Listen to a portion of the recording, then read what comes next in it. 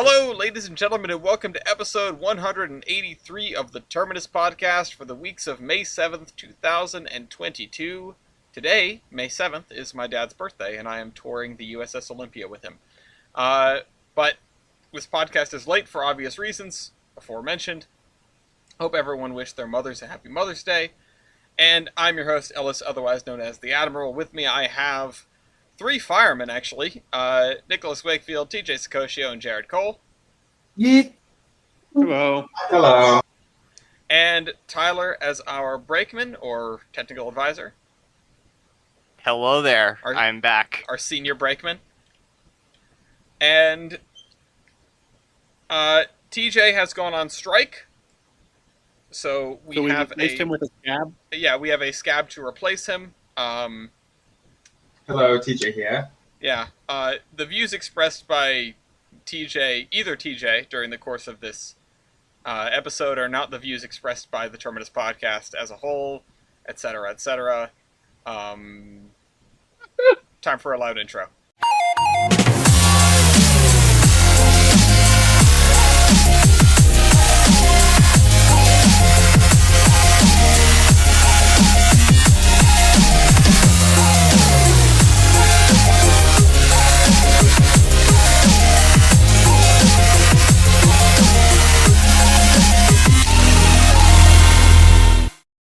None of that is making it in. None of that. Okay. It's you! Agiles, would you like to introduce us to where we are? I don't know where we are. You didn't tell me where we are. I said Revelstoke about 25 times. Okay. Well, we are in scenic Revelstoke, British Columbia on the CP Transcontinental up in the north. It's not the camera I wanted, but, you know, whatever. Stay mad. Get the guess. Never mind. Hashtag stay mad. Hashtag not my camera. But I demand a recount. We're going to have Agiles walk out mid-podcast and replace him with Hemlock or Graham. Yes. Anyway. Let me get down the class 1 mental responsibility before more things come apart. Starting on April 22nd, actually Canadian Pacific, hit a semi-truck. So, nothing really special there. I mean, I don't think anyone was injured. I think it hit the rear end. Or maybe, it says serious crash, so maybe somebody was. Who knows? Not a lot of details on this one. 2 days later, Union Pacific did their first of the period. They had a vehicle. It's caught on fire. Driver mistook the train tracks for the road. Rip. That happens a lot if you watch the Ashland rail cam.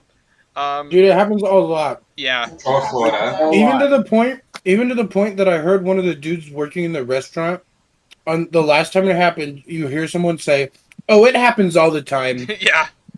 Literally. Oh no, not again. Oh no. A derailment in Kansas City on the following day was also Union Pacific. Good job. 2 days later, we have Norfolk Southern's only of the period. This was a train derailed in Columbiana. I don't think there was anything really noteworthy here. Just a good old little minor derailment. 2 days later, CSX is only of the period, with crews on scene of a derailment in Richmond, which took some time to clean up. They smashed some intermodal containers underneath the bridge, it would seem. And BNSF on May 1st derailed in, or near Burlington, caught fire. pretty bad one. Yeah, it looks like a mess, honestly. It was bad. It was pretty bad. It's bad, folks. I mean, thankfully it was in the middle of nowhere. So, that's, I guess, silver linings. And then finally, 2 days later, interesting little 2 days gap on all these. We have another train hitting an 18-wheeler for Union Pacific. Unless that is the first one again. No, it's not. That's a different accident. Oh boy. Trains versus 18-wheelers. Really something. Actually, it looks a lot like Is the no, that's definitely a different one. But yeah, that's the Clause of Mental Responsibility. KCS is the current holder. Canadian National is in second place. They haven't had an accident since January, which I think is noteworthy. I usually don't call out second place, but that is a while. And maybe I've jinxed them, but maybe something will happen to KCS. And they just blew up a town, Ellis. It's all your fault. They just blew up a town. It's all your fault. Yeah, no, I take responsibility. KCS gonna hold on to the mantle until they get destroyed. I mean, honestly, if I was a betting man, I might put money on that. But it is a while for KCS to hang on to this. Now, like I said, over this past weekend, I was in Philadelphia. I went and saw some warships, got an engine room tour of the USS Olympia, which was very, very cool. I actually should have thrown some pictures down, but none of my pictures looked very good. It's tough to take pictures in that space. It's a little tight.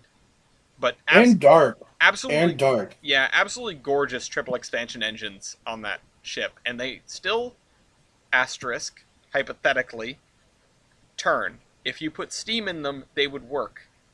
Allegedly. Nobody has the balls to actually put a steam line to them and see if they'll turn, because they're afraid that if they don't, something will break. Yeah, like my love. My thought on that is, if you're never going to use it anyway, what does it matter if it breaks? Just try it. Restore it and run it on the high seas. Exactly. Mango gobbles. Unfortunately, I learned the ship, it doesn't have propellers anymore, I don't think. They took them off and melted them down into coins in the 50s. And also it sort of sits in a Olympia-shaped mud divot. So it's not going anywhere anytime soon. I do love that ship, though. This coming weekend, I was supposed to have a yard sale, Yardsard, which precluded me from going to the T1 Trust's open house in Harrisburg. Now, the yard sale has been canceled, and I keep thinking about it, because this is going to be the last chance to see, like, the assembled T1 as it stands before it gets way too heavy for them to practically move, because they're going to fill it with, things like staples and tubes. And boiler stuff? Yeah, and the rest of the boiler bits and mechanical parts. And Yay. They are currently trying to raise a cool $1 million for the frame, but that is a gigantic step. Either way, there's a video here of everything they've got put together. A cool $1 million. Yeah. Just $1 million. And it's, I mean, in retrospect of a lot of things, $1 million isn't that much. No, it's not, like, that's 4 WMF 11s, or, like, a fifth of a 1309. And yeah, you can see the video of it all put together. It's only a little bit smaller than your mom's dildo, and it is enormous. Christ. That's what your mom said last night. Yeah. Oh. It is 1/44,000th of Twitter. Yeah, there's our new measurement. Yeah, so they've got the cab on, they've got the firebox on, they've got the boiler all put together, they have the prow on. Of course, the prow is the shiniest looking thing imaginable. I should honestly just wheel out, like, a couple of the driver centers. Yeah, I know. They've got, I think, 2 driver centers. So yeah, they do. They have almost an axle. And man, that trailer does not look happy supporting this as it stands. So that would be... I would love to go. I'm probably not going to be able to go, but I would love to be there. I know... Again, the T1 fully built is, like, what? Just about $1 million? No, they said... Oh, what, the T-1? Or are you saying, like, their estimated cost to complete? No. The weight. Oh, the weight. I don't know, steamlocomotive.com. I'm trying... A lot of Alma centers. Yeah, it's a lot. It is, in fact, a lot of Alma centers. Duplex drive. Okay, T1. Pennsylvania. Total engine and tender weight, 944,700 pounds. Yeah, almost 1 million pounds. I mean, by the time it's a put-together locomotive, they'll have other methods of getting it places than putting it on a trailer. But I wonder how they're going to move it around. I really wonder. And if they make friends with CSX or someone sort of like Kentucky. Yeah, has, Kentucky. like Which what a bromance, right? CSX painted a locomotive for Kentucky Steam the other day, and it's like, oh, these CSX is really out here trying to be the good guy. It's a shame that they suck at like moving freight, just like all the rest of the Class 1s right now. But CSX has had the best villain recovery arc of all the railroads. yeah, they've had a redemption arc. While the whole entire industry is having its like downfall arc. Yeah, second downfall arc. Yes. What if we made Penn Central 2? Yo! No. CSX is literally just the plotline of Megamind. They're both blue. That's all you need. And the province of Worcester is orange, which is why they caught on fire. Oh, shit. For real? I mean, that's how it works, right? Yeah. Orange plague. TJ, do you have any more information on this? Tyler, you're my orange plague. Oh, that's right. Yeah. I would guess you don't. You haven't really been in the know lately, even though you are the one that gave me this article. So yeah, the province of Worcester set some stuff on fire. They did a little 419. They did a 4.19. Hashtag not my guest. Just read it's a Facebook post. If you click on it, Yeah, the Princeton Fire Department says what happened, I think. yeah. I'm trying to really quick browse through this. I just expected that TJ would be more responsive here, but I'm not surprised that I should have expected differently because of the current situation. When you said TJ, I thought you were talking about me, and I just kind of stood here Of dumbfounded. course I was, because You are TJ. Yeah. Exactly. And I was like, wait, is he trying to like nudge me onto my section? I have nothing to do with Orange. What is he talking about? No, you gave me this Providence and Worcester article. Yes, because I definitely live in Rhode Island. Well, you mean Massachusetts, but that's okay. I understand. Same You get difference. confused sometimes. Yeah, I mean, Rhode Island doesn't actually exist, so. Yeah, Rhode Island's just like a figment of everyone's imagination. Yeah, I'm Just like not real. conspiracy. It's actually real, and It's it's been real this whole time. It's really just a puppet state of Connecticut. I am a collective hallucination. Okay, I resent that. Hey guys, everyone in favor of making Connecticut, Rhode Island, and Massachusetts one state, say aye. We fought a war with Connecticut and we won. Aye. Okay. Literally playing Hearts of Iron as America. It's just all New England. No. Yes. DJ though, if actually you do Rhode want to Island talk does not about, deserve state sovereignty. if you do want to talk about what you got up to this past weekend, TJ, or a couple weeks. Yeah, So I teleported to Florida. yeah, that's you with the background. Yes, I'm taking pictures. I'm sending pictures. Foaming with the girl. I did foaming with friends. Went foaming today with Mason. I do want to hear about that, but I want to hear about 148 first. Um, Hey, TJ, why don't you So- say your East girlfriend? That's pretty fucking weird. but, Hey, we so- don't judge Achilles. so kind of last minute, me, Seaboard, and my girlfriend all decided, hey, let's go up and see 148. East girlfriend. Yeah. Oh, East girlfriend. No, it's our girlfriend. our girlfriend. So yo. Uh, So 148.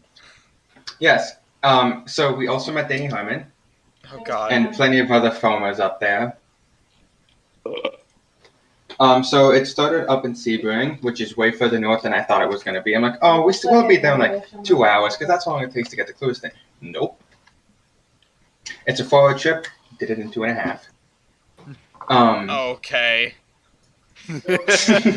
Oh, so now what has happened to all of your previous cars is making sense, TJ. And then basically we just chased it down to Clewiston. I found out that one of the cars has a tracking, but like we found it out as we were like seeing it for the last time, and this would have been really useful earlier. Oh, you can track the train. Yeah, Yes. We didn't find that out until the literal last time we saw it. Oh, well. But yeah, we got a couple of really cool shots on my camera. Those are just from my phone because I haven't actually downloaded the photos yet. But yeah, she was hugging and chuffing along. Honestly, it was really cool that Amtrak did this because we chased the train from Miami. We saw it in Miami, then we chased it up to Hollywood, and then from Hollywood, we absolutely booked it to Clewiston Mm-hmm. and into Sebring because the way the roads work, it's like less efficient than the railroad. And so we were an hour behind the train and managed to get there like 30 minutes before it was supposed to get there. As I said, 2.5 out of 4. US Highway 27 is an interesting road. Is But that it was really cool seeing all of the rail cars together and seeing it be pulled by 148. She was really struggling at some points to gain some speed. But at other times she was hitting like 45. It was really cool. this is why they're getting the stronger Pacific? Yeah, someone called it weak Pacific, and then the guy next to him started shouting at him saying they are actually very able and mid-sized Pacifics. And I just kind of stood there laughing about how bad these things are at locomotive versus. Yeah, I was gonna say, yeah, okay, buddy. They sure are real good. They just get dunked on by like every other Pacific, but sure. Ellis over here about to release 3713. No. Protect my child. But we also got a couple of pamphlets, and if any of you know who Andy Fletcher is, you know, the guy who paints or does all the pictures of the trains. Yeah. At the end, they were like, yeah, we have so much extra stock, we're giving these away. So I got postcards, stickers, pamphlets, basically all the stuff that you got as if you rode in the train itself. Nice. So yeah, that was really cool, man. The engineers were also super cool. They basically gave, like, we were talking to them, like, yeah, you know, we're going to be here for about an hour, we're going to all go eat. So it was really cool, like, talking to them and stuff like that. And they were going generous on the whistle. Like, Homers. very generous. Chooch. Like, they may have just taped it to, like, the top of the roof or something like that. Cause it was really cool. And the other good thing is, Highway 27 actually borders the tracks for, like, half the journey. So, like, you could just see a car line of people, like, chasing it. That reminds me of chasing 4014 and 844. Just catastrophes. So much catastrophes waiting to happen. Yeah, thankfully the driver's in Florida. Actually, no, I'm just going to leave it at that. Just driver's in Florida. Thankfully, the driver's in Florida. Man, I remember the time when I was stuck behind O'Gillies on the highway. And, Oh, you're terrifying driving on the highway. okay. Not really. Uh, That was a joke, Ellis. I'm sorry. That was me. I'm kidding. I promise. I appreciate the commentary from O'Gillies from the other side of a football stadium. Yes. He's here to keep us entertained. Yeah, well, apparently he's not here, though. Apparently he's way over there. But I was on the couch. No, I was on the couch. I'm obviously still in Flagstaff. I haven't gone back to Utah yet, so my computer is outside in a garage. So I'm waiting to go back north before I get my computer again. But I have my laptop. So Imagine having a laptop. Well, that was the first of, like, 3 meetups that I want to talk about, but I don't want to forget about TBA here. Because you chimed in about halfway through. You went out with Mason today. That's not what I mean, but you know what I mean. Yeah. You're going out. Yeah, they make a really cute couple. I mean, that's true. They do. Yeah, TB and Mason, I ship it. I ship it, yeah. Hey. The basin. No. But, like, dude. Oh my God, Jason. TB Mason, yeah. Dude, I got off at the wrong station to get down there to see him. What? How wrong? Are we talking like 2 blocks away or like? Like 8 blocks away. Oh. I was mixed up State and Lake. I was supposed to get off at State, but got off at Lake. which was, so I had to walk down Michigan Avenue, but then saw Mason, met him at Millennium Station, and we went and got lunch in there. And then we went and looked at all 4 of the South Shore trains that were just parked down in there. And then South Shore. then we went into OTC, and I put a bunch of the pictures there in the chat that you definitely should show. Yep, am doing. Because there's like millions of, there's so many F40s. Hundreds And they were, of F40s, all the dude, F40s. They were all in like just full HEP mode, so it was loud. I can imagine. Not Jada I Bot. like how we've got this this panoramic shot, and I can see 1, 2, 3, 4, 5, 6, 7, 8, 9, at least. It's like walking into like Mount Olympus, and there's the pantheon of gods in front of you. It was The council just pretty awesome, outside and your like, dude, there was just constantly trains in and out, in and out, in and out. Mm-hmm. And then, like, even on Canal Street, just in and out, in and out, in and out. Mason had a super bad bloody nose all of a sudden. Oh no! Yeah, like, it looked like he got decked in the face, to be honest Why'd with you you. punch him? I didn't punch him, but I'm like, people are gonna think I did. I bet you did.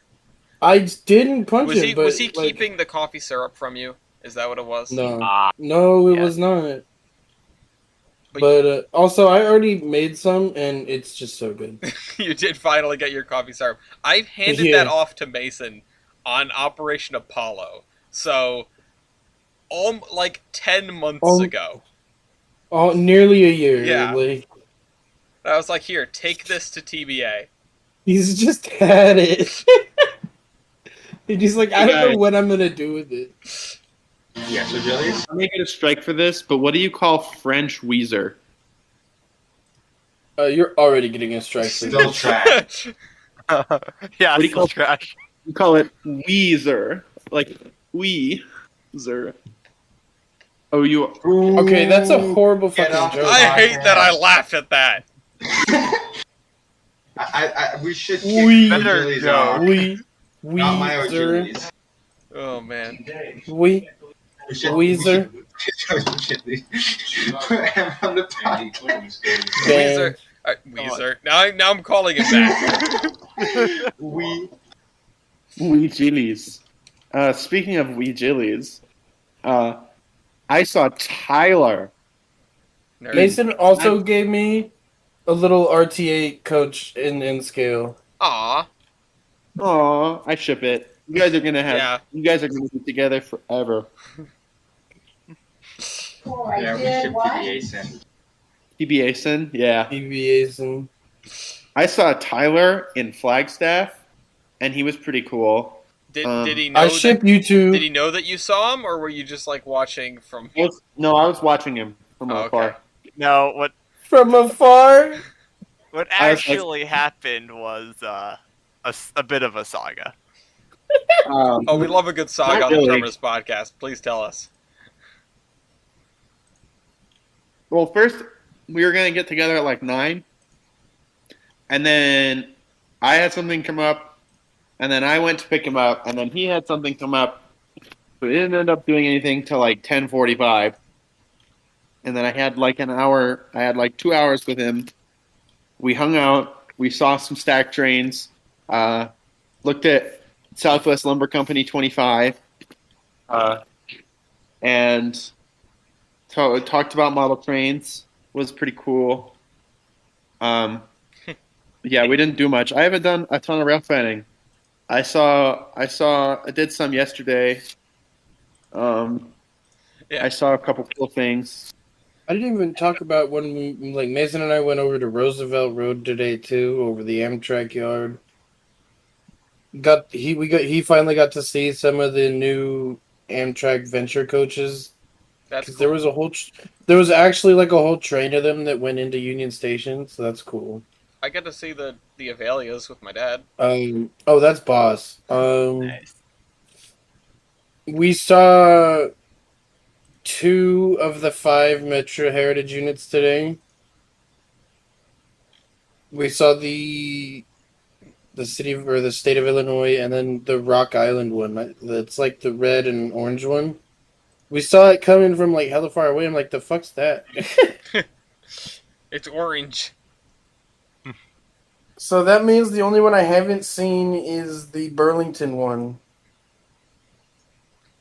I don't remember which Yo, that one. sounds like a train right now on the. Oh It no, sounds it's just a like someone's- truck. Yeah. Yeah. All right. So, for my side of the saga, the reason why I was up in Flagstaff was not because I had to do the courtesy call to Achilles, which I need to do next year, many times over. My Is that what sister they're calling it finally now? was. Yeah. Also, the foam session is what it could be called, because again, 4960. It do the neum. So anyhow, my sister was we're dragging her back from NAU because the valley exists and she cannot live up in the pine trees forever. Something goes on fine. It begins with the morning of, I don't know what's going on. My dad's just telling me, oh yeah, around this time, around that time. And I'm like, okay. And so I'm telling Achilles these things. And we're going up, and then, what was it, like an hour before I get there, one of the coil trains goes through. And it's got this little, it was a CN switcher. And he missed it, and I didn't see it Yeah. either, because I was too tired and too lazy to get up out of bed. And you didn't tell me that was going through, so I was a bit sad Well, that I missed it, but it's also like, eh. You wouldn't But have we were- seen it anyway, and then honestly, I didn't know it was coming through that early until, like, it was through. Yeah. But anyhow, so we were hoping to see an icy Death Star SD-70. Because that was elsewhere, and it was potentially going to get through around my time. So much. Long story short, it did not. Oh, But, so it becomes a thing of, oh, I don't know when I'm supposed to be helping pack up and move stuff to the truck. And everybody's being a little wishy-washy about what times.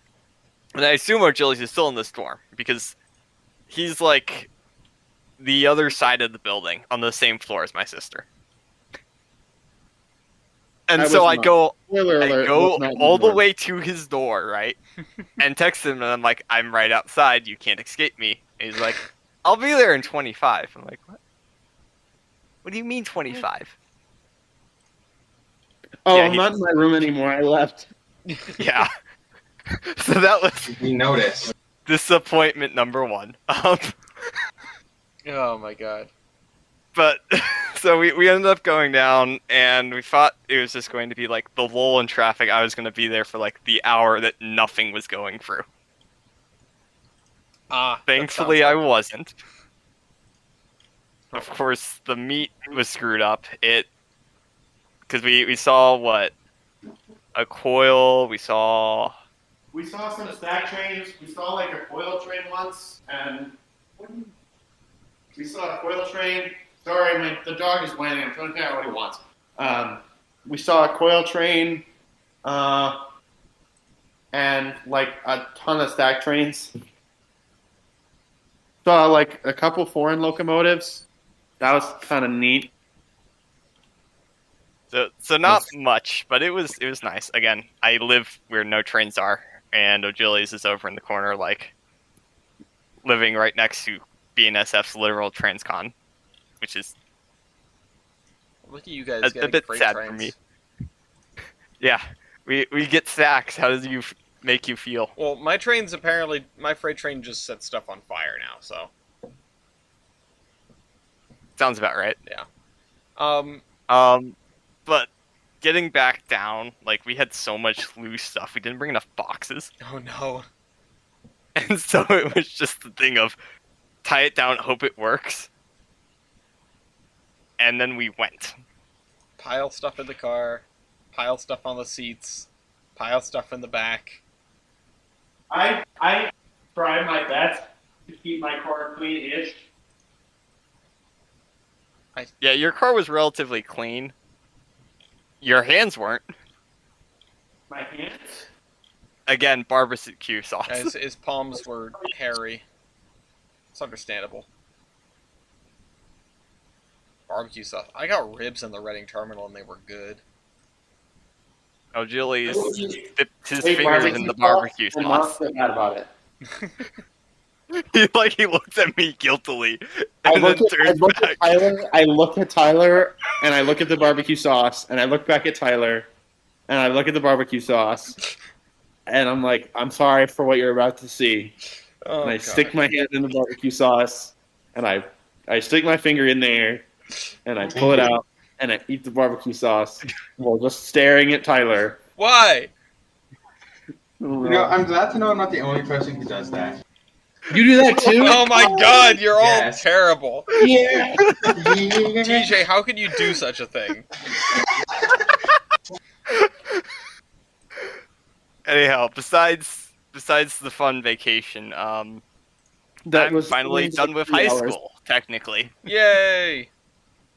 So now I get to sit around in classrooms and play Monopoly and work on models, which Railroads Online for doing things. And trading cards. Yeah, to celebrate Basically, Tyler graduating, we streamed. We streamed 2 people getting funky in a private karaoke bar, dorm. yeah, that was a thing. Anyhow, so the basic gist of Railroads Online is more models are coming. I'm finally getting back to doing more things. Line update relatively soon. Again, Friday we asterisk. keep on saying it's coming. Well, QMA is not super sick anymore, so That's good. yeah. And then in the interim since I was last on, I also converted a sizable portion of the Trains Forge crew to do RO stuff, which Yes. it's hilarious. I know a lot of people have seen the bit with the tunnels. We're not sure exactly if that will work yet, but again, that's a possibility we are looking into. So, life is interesting. Life is great. Yeah. I'm still on like variant 4 of 35 for the Cook Mogul. God. Well, it's okay. We just need a good picture of appreciate the one. work you're doing. You mean render? No. Although it is worth saying that you guys, after converting the Trains Forge crew, are producing models at a frightening rate. Yeah, this is what happens when you get parts Yeah. libraries together, which I have some other Baldwin parts diagrams that I think Dan doesn't have, so I'm going to go through and make like a new throttle and a few other bits probably in the next week, just because I'm like, these aren't great for first person. Mm. I also need to make a new brake stand, which is going to be interesting because 1800s era brakes are not like 6ETs and shit, and it's... Oh my God, Tyler, did you just swear? No, I'm just kidding. Oh my God, I saw the mid-train DPU on the cam. Oh my...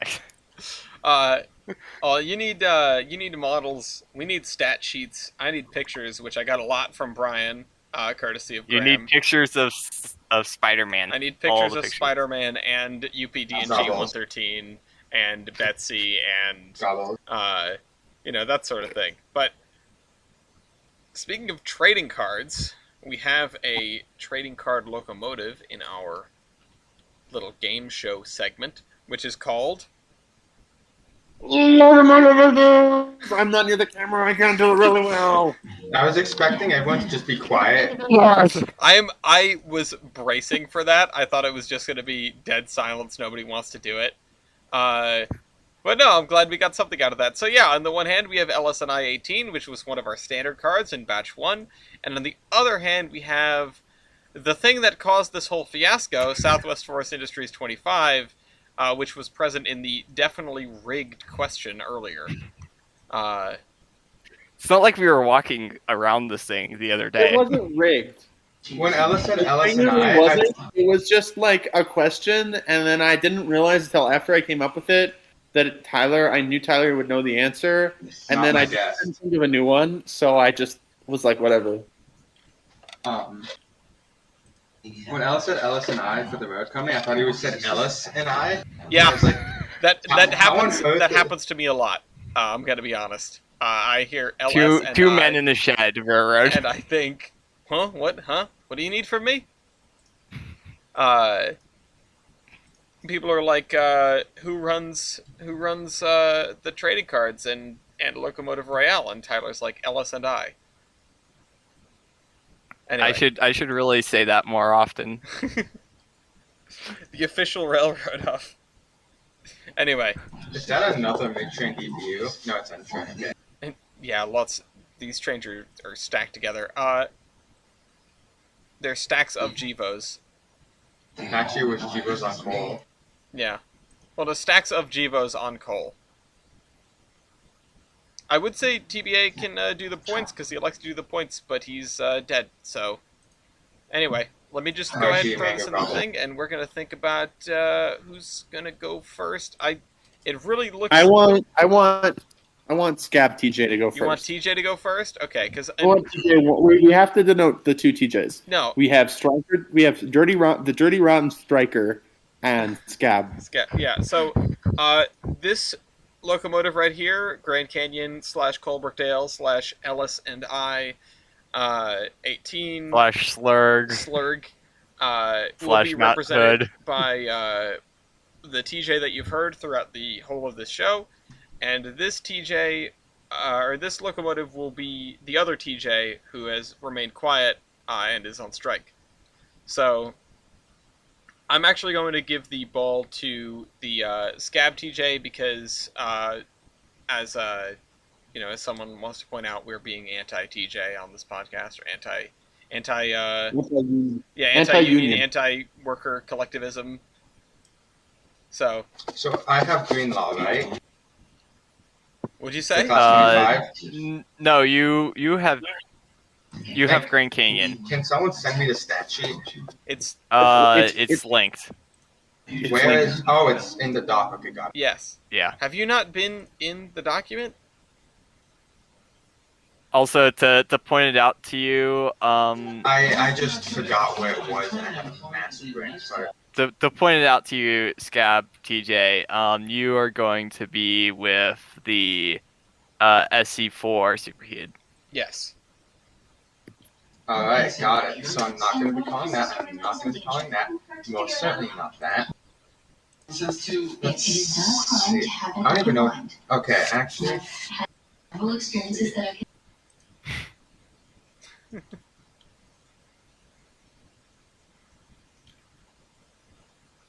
And the other TJ is also dead, apparently. Yes.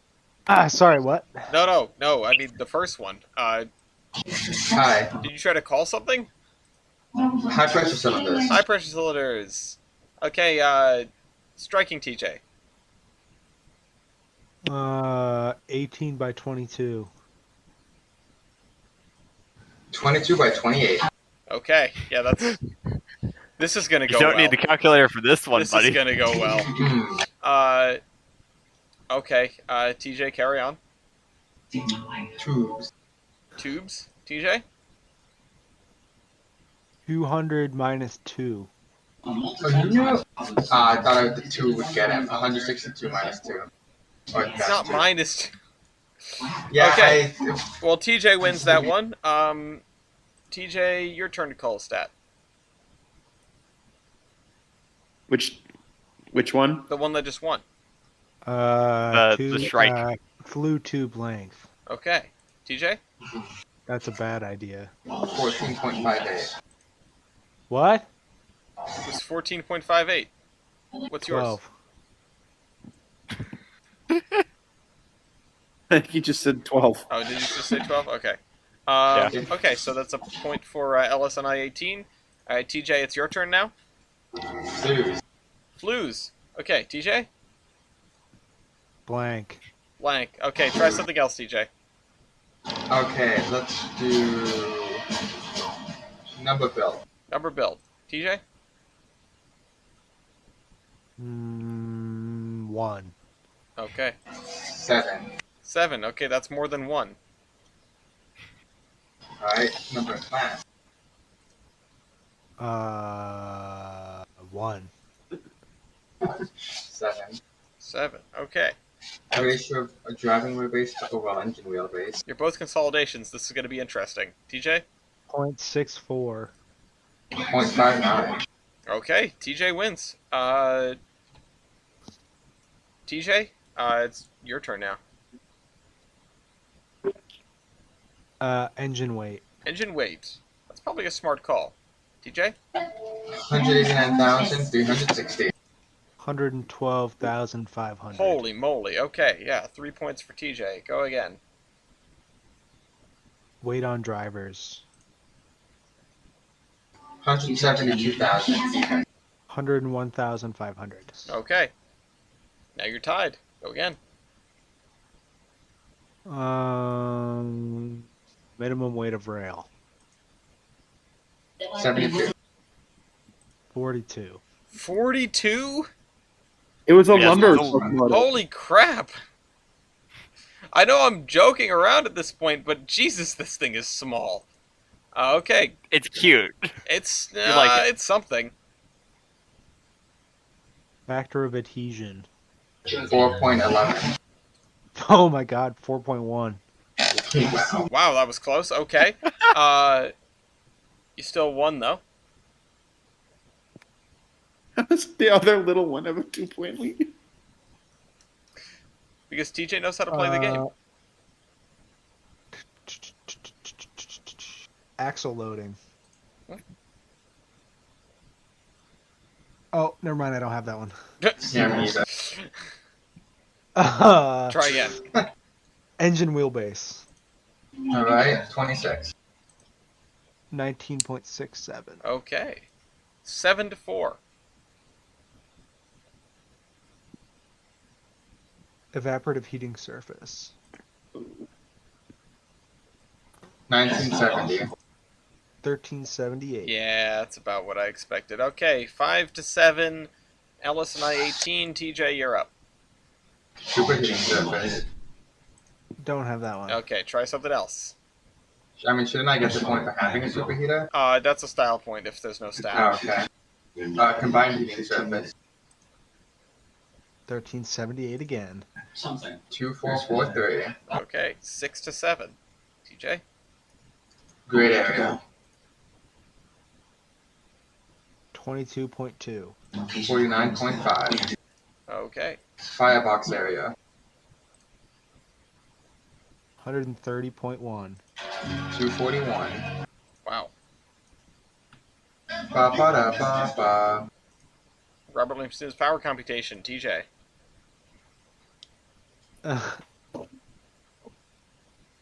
It's a pathetic one. Wait, which one? Robert Robert Livingston's Livingston power has- computation. 3996. 9900. Oh my god. This is hilarious. Tyler, we have to make TJ win through style points. Same as above plus superheater percentage.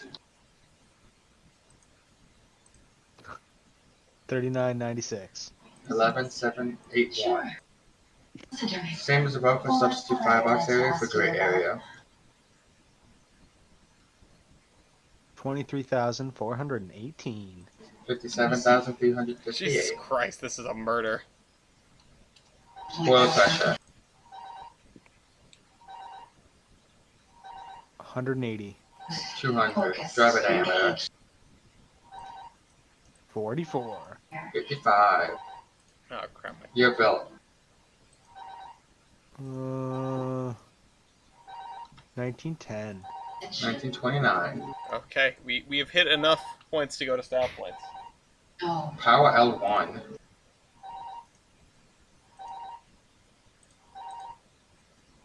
4132. Ooh, only 11. 060. God damn it. It's now You still got style points? oh shucks, I I'm That's watching the thing. TJ has to say to go to stop It's line. 15. No, he doesn't. You have the ball. Hold on one second. No, Hold on one I second. just called a before stat. anybody does anything.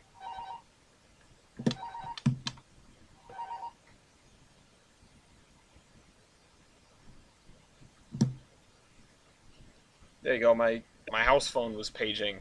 It's gonna drive me insane. Okay. I just It's now lost. 15-7. East, you have the ball. Is that right? Did I just mishear TJ's power L1? Because I thought it was larger than mine. No, it's not. It's 4,000 to Oh, 11,000. 4,000. I heard 3,000. No. Alright, then yeah, we can go to stop line. Okay, we're going to style points. Superheater. Yeah, you do get a point for that superheater that you've got.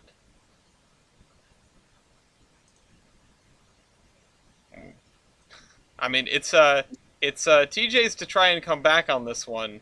And I know 2 members of the podcast just stated they want to push him over the top on style points. Well, you would need to get 9. Good luck, This is Tyler. a really unique locomotive. You see, It that's has not a white good face. point. But I will say there are 2 things that immediately come out with 25 is it was renumbered 2 for quite a while for the sole reason of the engineer kept on putting his water bag off the side and it would cover the 5. So they did for a while have a they took a metal sheet and covered up the front plate and just painted 2 there. Okay, that's kind of funny, but that's not a style point. So it got a nickname from that, which is the 2 spot. Oh, okay. And it's still called 2-spot. Like, it even says Yeah. on the memorial 2-spot. Okay, Yes. okay. That's fine, yeah. And it also has got the backup light, So do I. which is on top of the fucking cab. Yeah, you guys both have the... Wait, what? Look at the record Oh, yeah. 25. of the cab. Oh, it's like the Monson engine. Ours Yes, was it's also, perfection. what's the word? An engine. The tender it has now is an aux tender at one point. What was it called? The thingy that went... I can't remember. It's totally blanking me. When you have water on the locomotive. Tank engine? A tank. Yeah, wasn't it a saddle tank at one point? 25, no. 12 was. Oh, 12 was the saddle tank. Okay. Yeah. What else? I believe 25 ran excursions. So, which is technically I a mean, shared that's- point. Yeah, that's a wash. 25 is also in one piece and in really good shape. 280 Saddleback, that'd be wild. Or Saddle Tank. I'm sure Well, they the do. deer I do. get the same point. I have Reading Rambles, but good. Reddick rambles, but good. Also, Hey. I will say, as much as I know I want the Flagstaff locomotive to win, 18 did run a triple header with 4960 and 3751 at one point. Udo Jillies. Yeah, that is... It's okay. I'm sorry. It needs to be pointed out that it ran a triple header on the Grand Canyon Railway with 3751 and I 4960. mean, sure, I'll give it a point for that. Now, you're once again 9 points ahead of TJ, so... it also shows up in Shining Time Station. Tyler, I want 25 to win. Also, Tyler. Yeah. Tyler cannot resist the let's allure see. of Slurge 18. Hey, it's better in Grand Canyon, okay? I also want to say 25, despite the fact it's been in storage forever, or it's been on display forever, has a cab stack. All of its, in cab internals are in shape. There's, no rust on it. It's in better shape than presumably 18 is right now, thanks to Slurg. And it ran when parked, and I've got the maintenance records, did regular oil changes, just put new tires on it. Well, it did actually get a new boiler 2 years before they threw it out of service. Asking Literally $25,000 or trades, no low ballers. I know what I have. Mango Gobbles. I'm gonna stop Yes. this massacre here and just say that TJ wins. Yo, congrats, TJ. I mean, if you ever wondered if a mid-range, but, mid-range consolidation could beat out this tiny little logging thing, there's your answer. I like to Yes. think that here on Locomotive Versus, we're answering sometimes the tough questions of what locomotives really are better than other locomotives. Now, as far as this matchup goes, I don't think that was a tough question. Okay, but 25 is very cute. Oh yeah, what are we It voting has such for? a fat boiler. I'm voting for 25. I'm voting TBA is not I'm here. voting for 18. TBA is not here. I don't know what the heck happened to TBA. Gone. Reduced to atoms. Yeah, gone reduced down. So we'll just do a tie by the votes. I'm gonna say 25. Yeah, wait, we can actually theoretically end in a tie now. Yeah. If TBA comes back and votes for 18. Well, no, but Tyler doesn't. Oh wait. Oh yeah, Yeah, because 'cause he just I'm has the not two playing. TJs. Okay, yeah. So wait, Tyler, what did you vote for? I'm gonna vote for the one that I just saw recently, 25. Okay. I've also seen 25 personally. It's the Okay, cute so there you go, one. 2-1. Okay, so with that out of the way, that was an extremely short Locomotive Versus. And it was also just a murder. So, what are you gonna do? But Spend $60 in diagrams of 25. We've never had a contestant play with themselves on the show before, so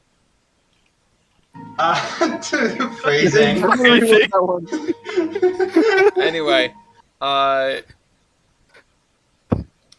don't know how to segue away from that because I really don't have a speaking of playing with yourself as an option here. But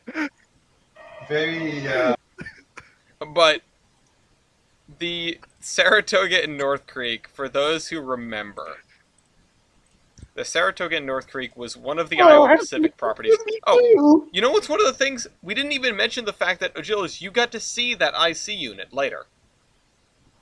Oh, yeah, I did get to see the IC unit a little later. That's right, I saw it yesterday. Yeah, and which Yeah. the only reason I think of that is because I just think of Iowa Pacific, which owned the Saratoga and North Creek, among many others, including the Slurge, recently went bankrupt a few years ago. It's all connected. Yeah, it is all connected. And so the Saratoga and North Creek was to be sold. Now, this is... Oh, yeah, this is interesting. The road was to be sold. There were many groups sort of vying for what to do with it. There were some weird coalitions that had cropped up. You had the railroad operators and, their overlords, the Iowa Pacific, for a little while. And on the other hand, you had the people who wanted to turn it into a rail trail, as you do always. And you had the other people who noted that part of the line was originally built in an area which was basically cordoned off to be a park and just a park and nothing but a park. So they allied themselves with the trail people to take down the railroad, but their ultimate goal was to have it torn up and just let return to nature. No trail, no nothing. So the line was supposed to be reactivated shortly after the cessation of service for the Saratoga, Corinth, and Hudson Railway. I don't think that ever happened. I certainly have not heard about it. But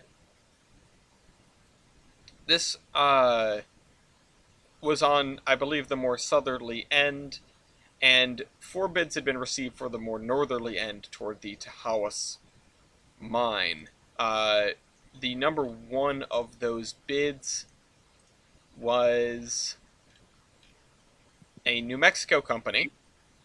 They'd purchased the Saratoga North Creek for $3.33 million, Dock and Duchess rails, owned by a couple. They're trying to buy the mine in hopes of moving titanium ore. And It sounds like the Tour of the World plot. yeah, it's... Well, here's the thing.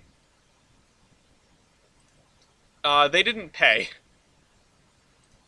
So they bid that $3 million and change, and they didn't pay the deposit on it.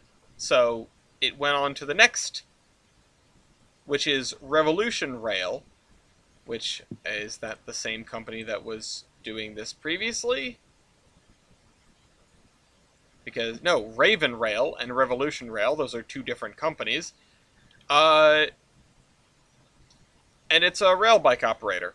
So, SMS Rail Services will be contracted to operate any freight service that develops on the line. Maybe if the mine is reactivated but hasn't operated since the 20th century. I don't know. There are so many moving parts in this deal because the railroad wasn't going out as one piece.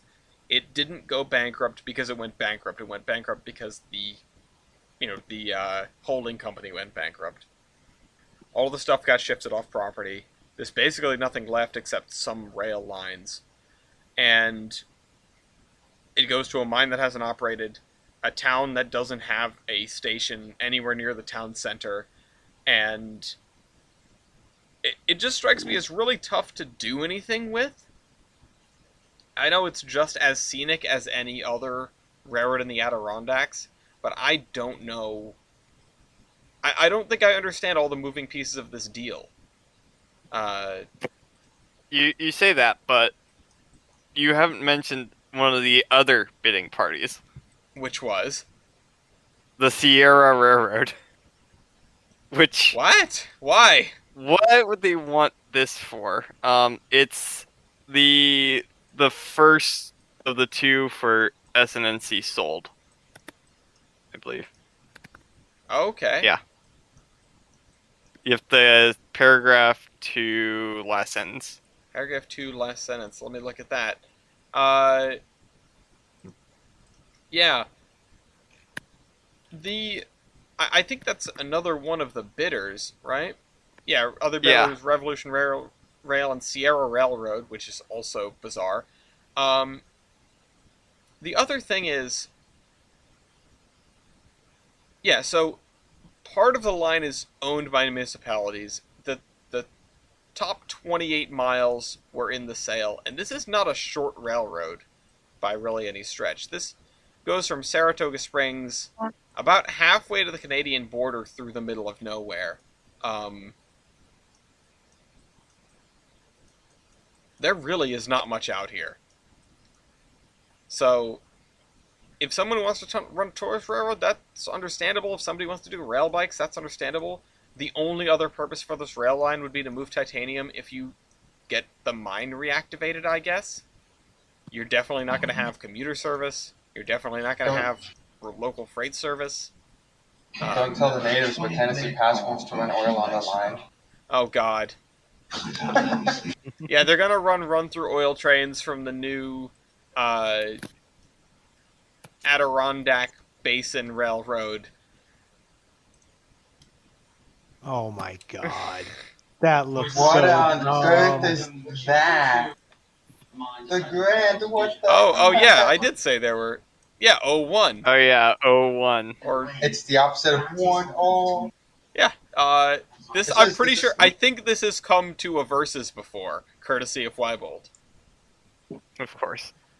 So yeah, there's your 280 tank engine. Restore and run on the Saratoga and North. I want you all to know I've been quiet for the last 5 minutes because I've been trying to find the picture of it. You said a 280T would be dorky, and I was like, I have to find it. Yeah, no, they exist. This is one of the worst ones, but no, it's my favorite. That doesn't make it not bad. You know what's better than that? You rooted for the Lions for how long? I found one with armored skirting. Oh no! Is this Austrian, Italian? What is this? It's Southwest Africa. Okay, so this will be showing up on Wednesday. I wish, but I have something special planned for Wednesday. There's British. This is not a tank engine. I'm pretty sure it is. No, it's not. You lied to me. The consolidation is not a tank engine. No. The GWR one is a tank. Ooh, I found the one that's a tank engine. This is not a tank engine. However, this is also not a tank engine. I knew that's where you were going immediately. God damn it! First East, now TJ with the Garretts. Anyway, what do we? Yes. I wanna hear just off the top of everyone's heads. Future of the Saratoga and North Creek. Does anyone think that it's going to go anywhere except sitting there while people argue about it? Yeah, it's the one that went to America. Might get a few movements going. Again, still a lot of fighting. Because again, that's what one section is in the hands of people who can actually do shit with it. I think the south end is now in the hands of someone who wants to run passenger trains, and the north end is in the hands of someone who wants to run rail bikes, but they're contracting a company that could do freight service. But there is no freight service. Hey guys. Yes. I get it. Hi, Carly. Hi, Carly. Hello, Carly. Oh boy. I'm being held at gunpoint right now. Yeah, that makes sense. Your first podcast with 7 people. Yeah, well, actually, yeah, here we go. We'll actually, because of these circumstances, I'm going to hand things over to Achilles now, and we'll talk about the harder-hitting, like, real confounding discussion topic on this one, which is, man, has anyone been watching these hearings? Because they're amazing. It's hilarious. They were really funny.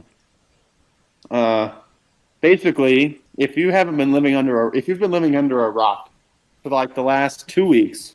How on earth do you live under a rock? Well, my name is Patrick. I live at the bottom of the sea. That joke went over your head, but okay.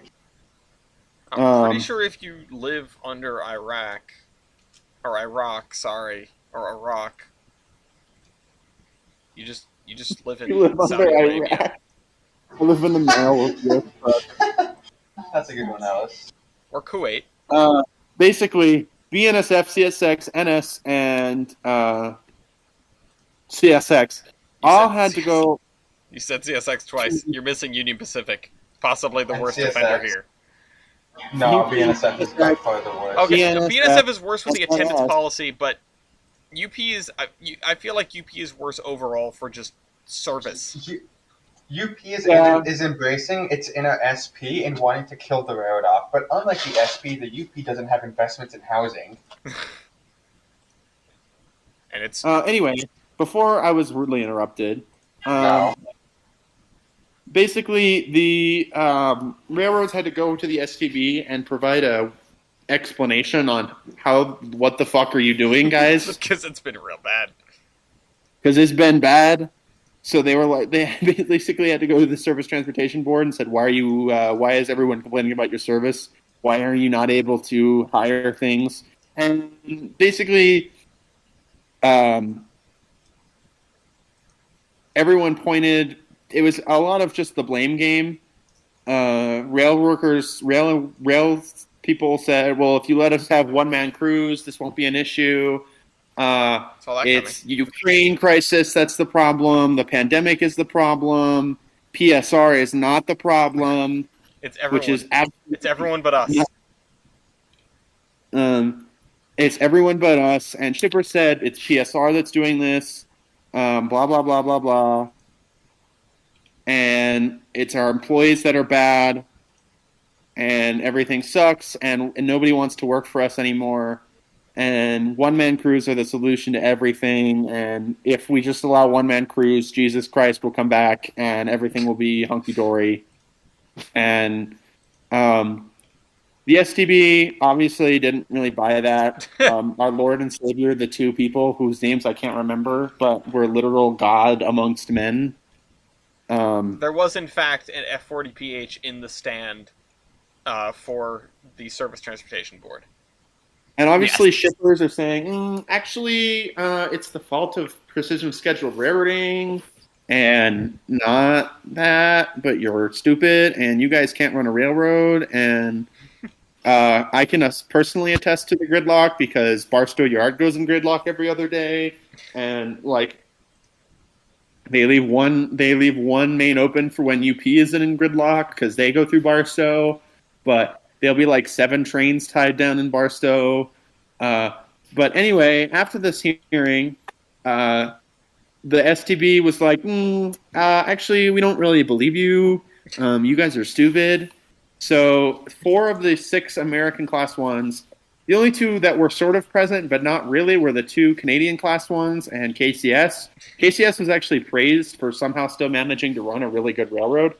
And the 2 Canadian Class 1s they're pretty good still. They're actually they're chilling. I mean, the reason that they got off unscathed is that Hunter Harrison came through them and managed to leave before dying.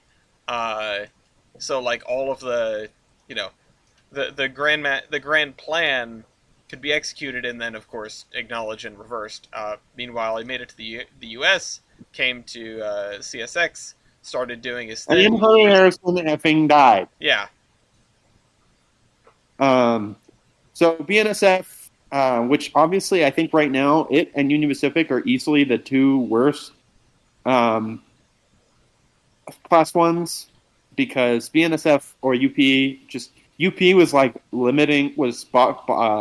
throttling traffic, and BNSF is BNSF.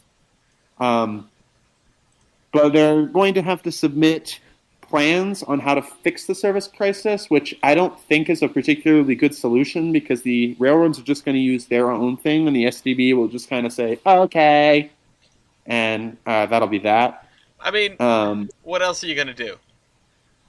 Well, you would need the force of legislature, and part of me thinks that the American legislature has bigger things to do than focus on railroads.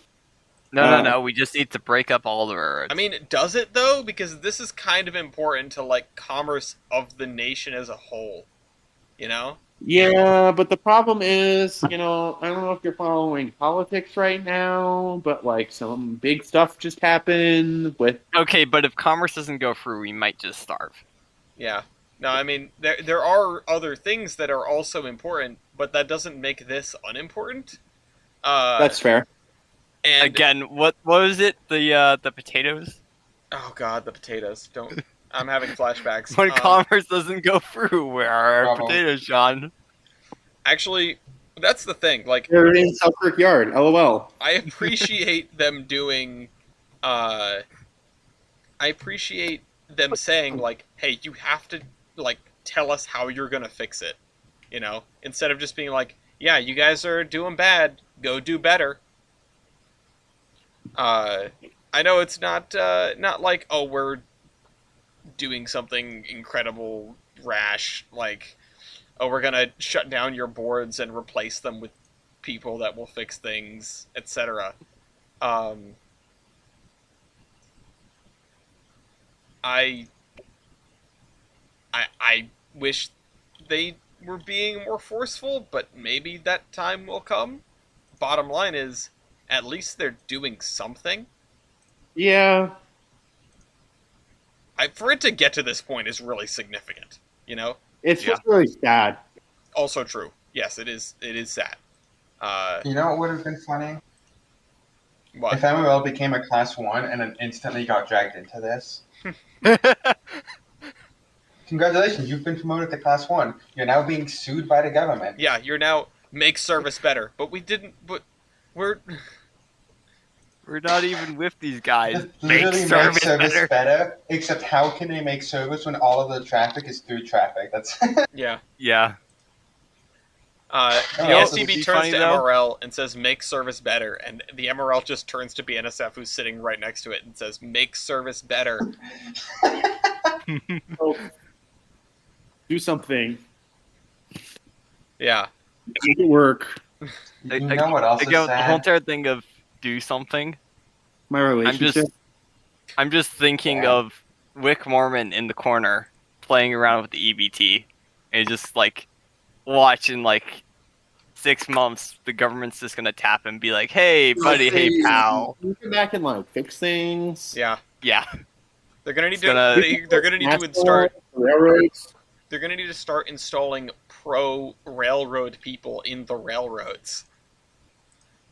Wow. The year pro 21st road Century people? Steam Program, Part 2. It's gonna be the guy who runs the UP Steam program, except everything is Conrail. He has a name, you know. Yeah, but Ed I don't know Dickens. his name. Ed Dickens, my Ed man. Dickens, your mom. Haha. Hot But no, in seriousness, the potatoes are. This is not serious, but the potatoes are being shipped by rail again, which means that we're going to have Penn Central 2 and Conrail 2, and you know, the night is darkest before the dawn or whatever. In other words, your food's going to be about 12 times more expensive, but don't worry, we'll get nationalized railroad out of it. History doesn't repeat itself, it rhymes. It does rhyme, yeah. You know what does repeat itself? Right, Right like hitting people. Yeah. In fact, 7 times. Oh my god. I love that you went and found all the Brightline articles that have slowly been stacking up over the last several weeks.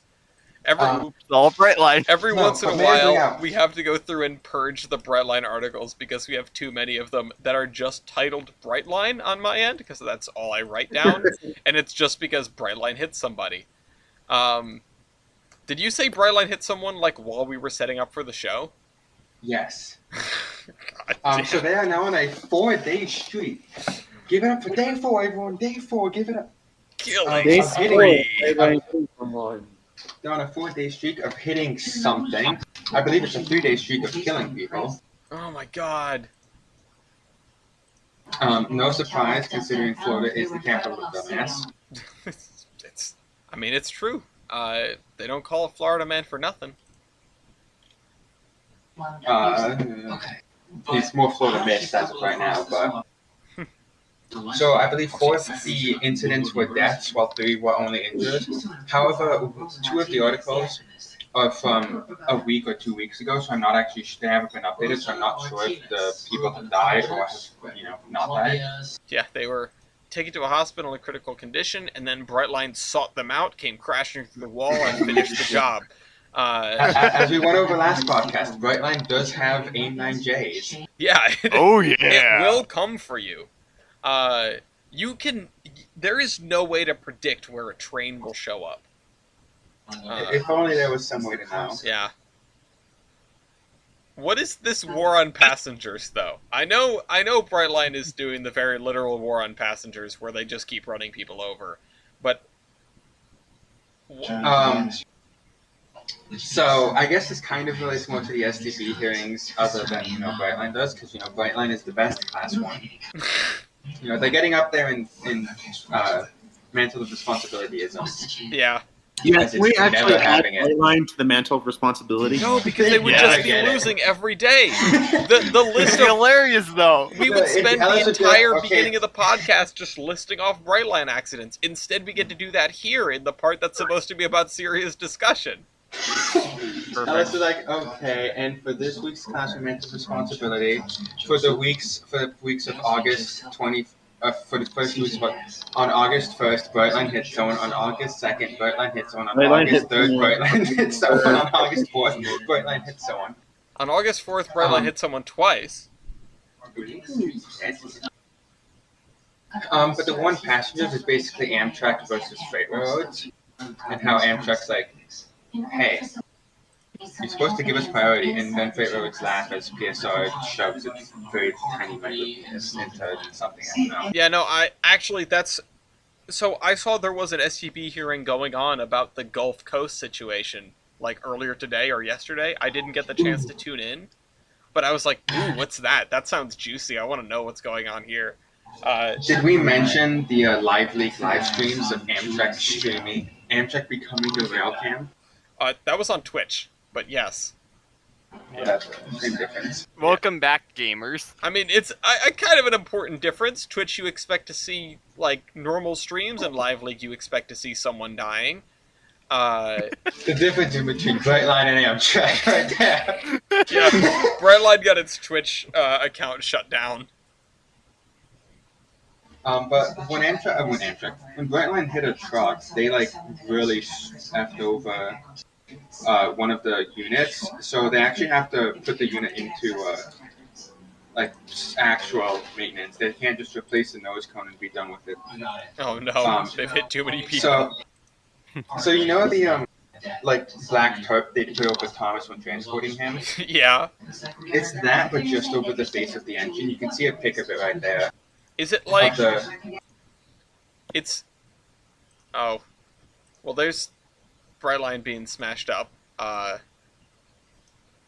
That's unfortunate. That's when they hit a truck. They also hit a teenager, someone on a moped, a couple of jeeps, a second truck. The one that this one was the first one was a personal truck. The one that dented the glass like that was a truck carrying cars. Multi-kills. And then another unnamed driver dented the front nose one of them with the train set.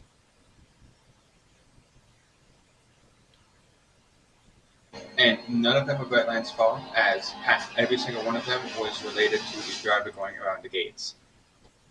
Or the person within the incident going around the gates. Wait, what? None of them are related to that? No, all of them. Oh, all of them. Okay, I was gonna say. Yeah. Yeah. Okay. So normal. None of them were. Brightline just kind of seeked them out. You know, they heard some bad mouthing going on. Jumps the tracks immediately. Yeah, it's really telling when my entire area, so I live really close to the tracks, like maybe a minute drive or less. And the entire, within 10 miles of me is all quiet zone. It's telling when every 30 minutes I can hear Brightline going by, just laying on the horn as they blast through. Wasn't there an article about how they're gonna be doing horns again now? Yes. They're finally wising up. Yes, they're saying screw the boomers, and we're going to try and save some people now. So, as you know, most of Brightline's territory is quiet zones because, you know, old people don't want to hear Brightline go by at 2 p.m. Yeah, while they're trying to nap. I get it. Yeah. And on top of that, Sunset, now I have to have an account for it, it's great. But Brightline, the FCC, and Sunrail have gone to the STD and the government to get a federal grant to improve rail safety. And one of the things they want to do is they want to fence off or make uncrossable the tracks along the entire corridor, which is a lot of money. That's a lot of fence. Yeah, no Also kidding. a lot of fence. Also going to make rail fanning kind of hard. They're gonna build the wall. Yeah, build a wall. And they're gonna make the Floridians DOT pay up in the for it. death trap. Yeah. We'll keep all the Floridians over there, Yeah. and the death machine over here. Oh my god. Yeah. But one thing they want to try and do is fence off the entire thing. And unless these fences are like prison fences, I don't think it's going to stop anyone, especially people in Florida. Well, And Put even if, machine guns on top. if the issue Yes. is people driving around the gates, clearly a fence isn't gonna be an issue. no, but in my long time rail training, I have seen way too many people just kind of walk across the tracks, like just on the grade, just walk across the tracks right in front of the train. Who hasn't though? I mean, yes, but if it's practically like 4 people every time we go rail fanning, it's a little bit like Okay, that's fair. it's like, oh hey, let me set up here for 2 minutes to watch this train go by. Oh, it's basically like this is a public access way just across the tracks. People of like this it's some secret path I don't know about. I mean, it's not. I watched a couple of people walk into the Hoosick Tunnel, and I was just like, those people are dead. Not because the train would be coming or anything, but just like you don't come back from that. The ghost will kill him. Yeah, they're gonna get added to the ever increasing death toll of people who just got, removed. Brutally Here's like on it. Yeah. Oh wow, okay, now I see why the article is making light of the 1984 law in Florida. Why? So in 1984 is when train horns,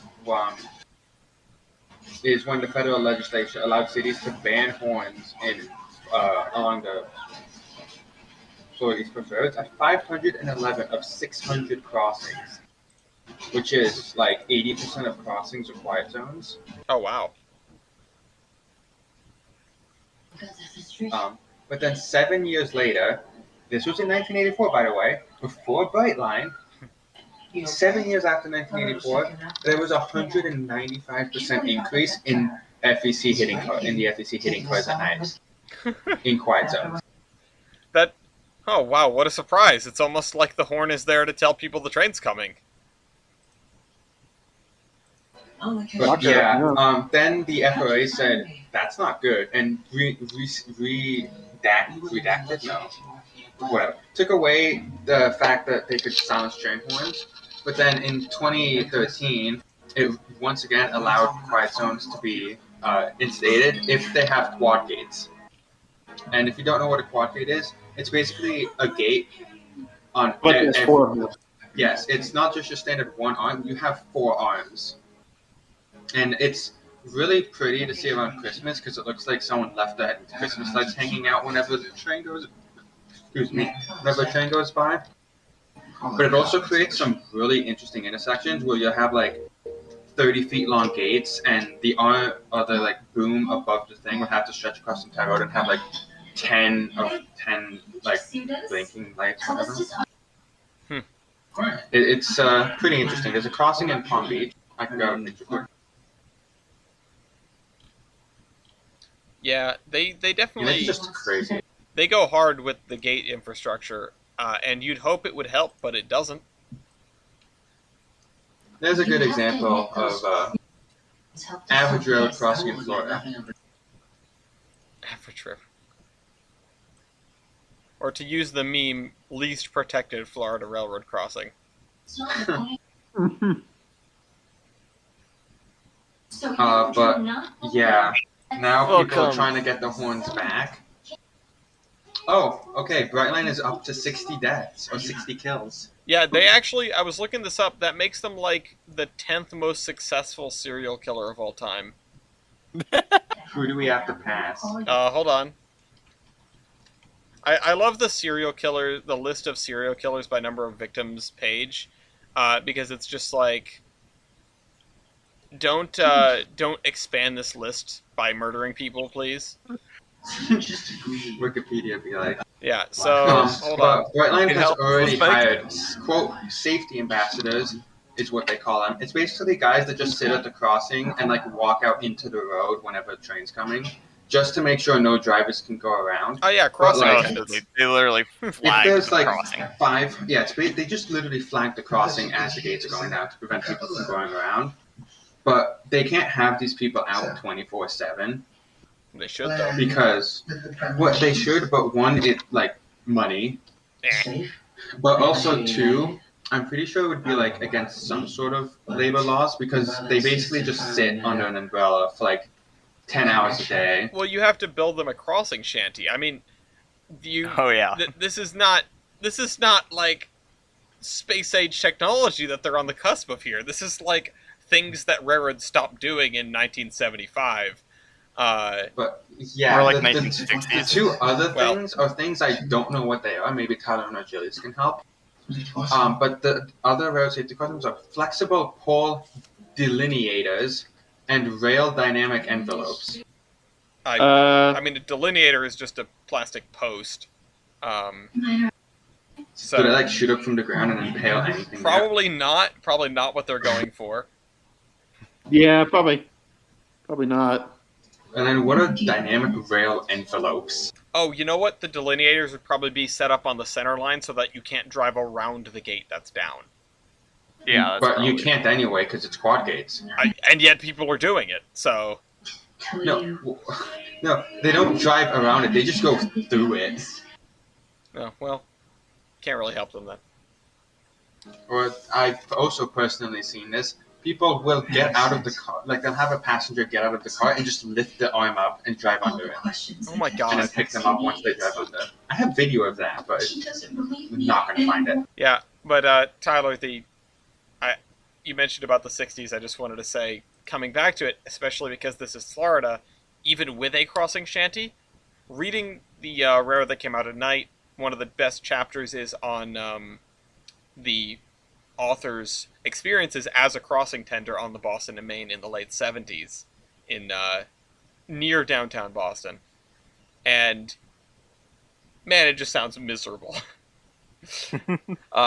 Especially, I mean, the headways they were running with RDCs were like 5-minute headways, like trolley car headways. So you get out, you crank the gates down, a single RDC goes by, you crank the gates back up, you walk back inside the shanty, sit down, and the bell rings for the next train. And if that's just what they're going to have to resort to on the Florida East Coast, screw it. Make the government pay for it. These are like I will gladly take this job. Yeah, these are easy jobs for people that don't get heat stroke, I guess. You get to sit in It's also the foam job. Yeah, you get to sit in a Home Depot shed that they have just sort of left on the side of the road, and stand out there in a high-vis vest with a flashing stop sign every time the gates go down, and hope that Florida man does not just decide to run you over. Except he probably I've will. also almost seen that happen. And it being Florida, you will be given a state-mandated assault rifle with which to shoot out the tires of cars trying to get around the gates. Rocket launcher. Yeah. Rocket burst.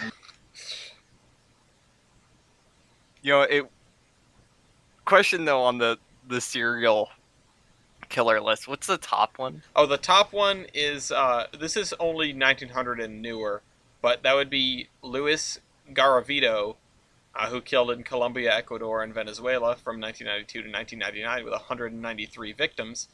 Meanwhile, we are tied with Samuel Little, who was from the United States,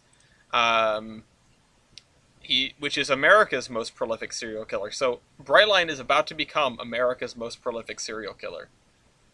Title of the episode right there: America's most prolific serial killer. I think it should still be called Not My Guest. Not My Guest. I was gonna say though, if they technically, you might be able to put Mao Zedong on there. In which case, Brightline has a long way to go. But knowing Florida, it could be done. I don't think indirect deaths are counted in the serial killer list. Or like Joseph Stalin. Or else, But like that also depends on who you think dropped the atomic bomb, because that could also technically be a serial killer. Yeah, that's true. Oh well, that's just a bunch of people combined. I mean, I'm sure if you took that number and just divided it up, they would still be, a pretty high score. 100,000 people divided by 6 or whatever is still quite a lot. Brightline's getting the high score of murder, just like I get the high score when I go by the little speedometer number counter on the side of the road. My high score is 138. Yes. That's not actually true. Is that miles per hour or murders per hour? It's murders per Brightline set. Murders per Brightline. Okay. TVA's not here. Do you want me to just... Something Chicago's on fire again. We had a moment to jump off to this, and I kind of wish we did because we brought up Ed Dickens. We could have just talked about this and then come back to the topic at hand, which is Union Pacific being terrible. But, well, we have Union Pacific being, like, not terrible for 10 seconds. Yeah, Union Pacific being kind of cool. Actually, do we have the... Hold on. No, we don't have the Big Boy tour. I guess we already talked about that. That they... Yeah, that's been... canceled. Allegedly. Yeah. Oof. Cancelled. And so, with that in mind, the only big UP thing that's getting a move... they're scrapping 3985.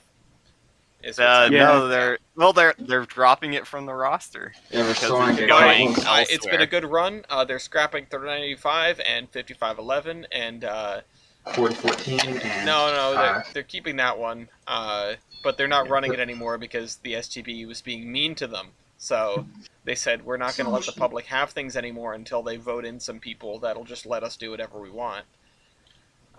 Abuse the crews. I can't wait for Union Pacific to run 836 on the mainland. That's my favorite engine. 838. Yeah, so for those who don't know, it's the group that owns Milwaukee Road 261 Milwaukee Road has gotten a whole load Has of gone stuff. They are absolutely utterly building sicko mode. They are building everybody's favorite Lionel toy train set in real life in No, Sylvis. no phone back. So they're getting 3985, they're getting 5511, they're getting the Centennial DDA 40X, which I do kind of wonder why UP's throwing that one away. I just don't feel like dealing with it anymore. Yeah, an E9B, which is unrestored. They're getting a couple of the pasture cars. It's also business gutted. cars. Yeah. Well, no, not the DDA, but No, the E9 is, yeah. E9. Yeah, I just wanted to make sure people understood that. Yeah, no, the DDA 40X is not gutted. It's getting scrapped, but it's not gutted. Yeah, it's definitely getting scrapped. But apparently they've been planning this thing for a while, which is kind of weird because it came out right after they're getting their asses grilled by the government. It's a nice distraction for everyone. Yeah. They're like, no, don't worry about the whole STB hearings and us being a terrible railroad and also treating crews poorly. Not as poorly as BNSF, though. And, like, our will they, won't they with Palestine, Texas, and the opening of the shops again versus, maybe not. And meanwhile, I think the important thing to note here is, it is the 261 people who just bought this gargantuan shop complex. Yeah. So the shop complex now has a bunch of new toys for it to sit around with. Yeah. But it's interesting to note as well, they've got a lot of money lined up in like matching grants and whatnot. So they're going to get both of the locomotives operational. Asterisk. As in, like, they want...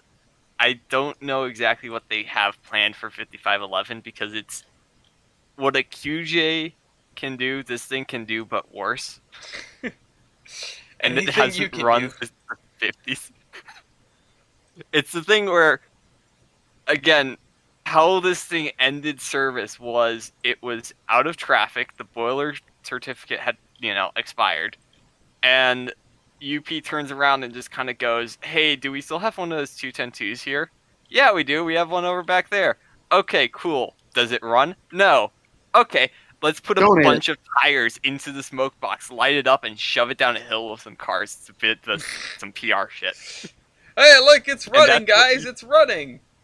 Yeah, that's what you see in Last of the Giants. It's not actually running. It's just getting pushed down a hill by a diesel with, car tires burning in the smoke box to give it that idea of, oh yeah, it runs.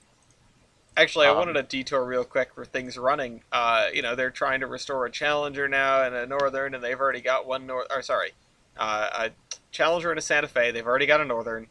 But, it can be done. People can restore large engines. Who would have thunk that just this past weekend, a large crowd of fans and dignitaries gathered to see 1309 roll out of the Western Maryland station. It's the official event for 1309 being in operation in regular service. This day, everyone's been waiting for it. They've definitely never said that for this moment for months, and it's finally that this here. was going to happen like before, or like 6 years ago, 2016, or like 5 years ago, or like 4 years ago, or like 3 years ago. Like we're 1.5 presidents past what they were saying. Yeah, the restoration took 8 years and $2.5 million. I think it was more than that. Yeah. But now it's done, guys. It's finally done. They're saying it officially. Stamps on there, finished, 1309 completed, and I mean, honestly, it's pretty cool. of all the trading cards we made, I think 1309 is the best looking card. Anyway, it's an interesting beast, but at the same time, it is just sort of this. Oh, it's there. Yeah, it's a why do you need this? Yeah. I mean, why did these guys need a Challenger and a Santa Fe? They already have a Northern they don't run. Well, part of the deal seems to be that UP can kind of just like Take them back play whenever with they these feel like toys it. again. Yeah, Of course. and it might be kind of a thing of, hey, these are UP engines, and if they run on the UP system, they're still going to carry the UP name.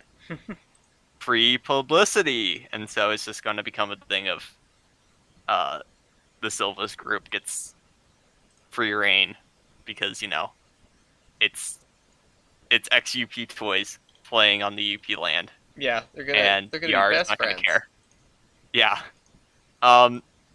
But interesting notes on all this stuff. 5511, the piston rods were cut when it was moved, so that's going to be an interesting to see how they deal with that in the future. 3985 has been previously discussed to high hell and back. Like thousands of times. Decently borked, so they're saying it's going to be multi-million dollars, and yeah, It will be. it will be. You see, I was really surprised about 2 years ago when how Ed Dickens and the PR group for the Steam team, they were doing all these videos about the big boy. Mm-hmm. Like, not 2 years ago. This was 5 years ago. Geez, when I was in 7th grade. And they were talking about, we got a CNC machine to do some of this part work, and it's like, you guys work for Union Pacific. How is it now that you're just getting one of these machines? So I'm kind of wondering with Silvis, again, it's a shop that's been used decently, and then they kind of just wound it down, and it's going to be actually they have a tenant, which is the previous owner, is going to be there for a couple of years, so the equipment's staying. So I do kind of wonder if this is going to be, this group actually, they have more hands, they have more materials, they have more everything than the UP Steam team does. So it'll be interesting to see how all of this goes forward. Another note when it comes to just the ridiculousness of this all, 5511 has young valve gear. Oh, of course it does. It's the only engine in the nation that's I think is complete that has young valve gear that has a chance of running. I mean, that would be neat. So we'll see. Challenger makes sense. You can run that places. That thing,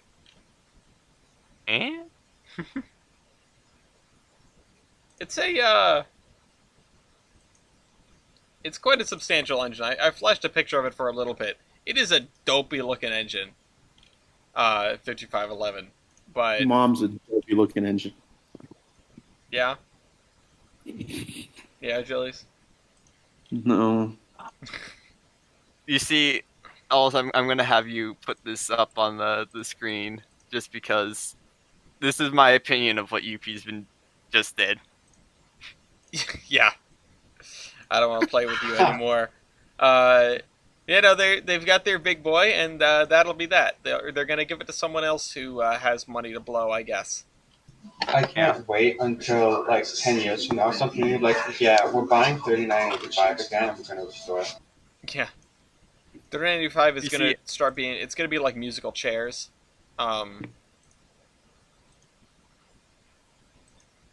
Musical Challenger. This just feels like it is just somebody's become, made the perfect toy train set in real life. I mean, they're just picking up steam engines. You've got your Challenger, you've got your Northern, you've got your weird heavy freight engine. What's next? They're gonna get a. That's Carly. They're gonna get smaller engines. Where's the thing? Cam? We have a post on this. More small steam. It was Oh yeah. The model manufacturers saying we need more little engines. Newest plastic 040 with tender was an HM offering released in 1967, and the famous B&O dockside was tooled in 1951. Why tolerate this? In North America, we suffer from... where'd it go? In North America, we suffer from barely any good small steam outside USRA switcher designs. Bachmann made some small steam, didn't they? Bachmann made some lovely locomotives, but they're primarily ma-and-pop prototypes when they should have modeled the typical. We're seeing Rapido releasing smaller Canadian steam. We need an 040, we need a 262, as much as I don't really want it. We need like an early Atlantic, I agree with that. We need a logging Mikado. We need,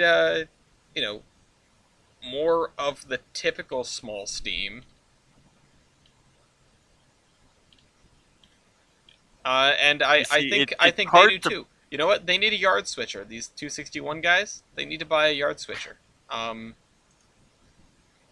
don't know where they'd get. It's hard to kind of pin down what a normal, mogul or something would be. B&M that mogul. Would everybody's. Oh. Get B&M mogul. Yeah. When are we getting 1455 restored and running on the main line? Yeah. Oh yeah, that too. I'm very upset, by the way. Speaking of variants online, I know we talked about it earlier, but boiler explosions finally showed up on the denied ideas list, and I think it's your fault. I may or may not have discussed it. I wasn't actually the person that said put it on the list. That would have been Mark's doing, but... He's betrayed me. I already not posted it in that anymore? chat. I posted in that chat and I wrote, I'm very disappointed. On the note of 5511, it has the based UP Vanderbilt tender. No, disgusting. It's gotta be, yeah. UP Vanderbilt tenders are based? No, bad. Why do you not like that? I don't understand your 'Cause they look hatred like of crap. Vanderbilt. Actually, you know what this just reminded No, me they of? don't. They do. It's unique. No. They're not unique. All right. They're not even a little bit unique. They're just Vanderbilt tenders. It's just another style of tender. They're just less tender per tender, and that's worthless. Hey. What? Oh, Felix, you're adorable, but I want to... I just remembered, the other... You're making your model collection in real life place, Age of Steam. Yes. Did they ever finish taking all of 643 there?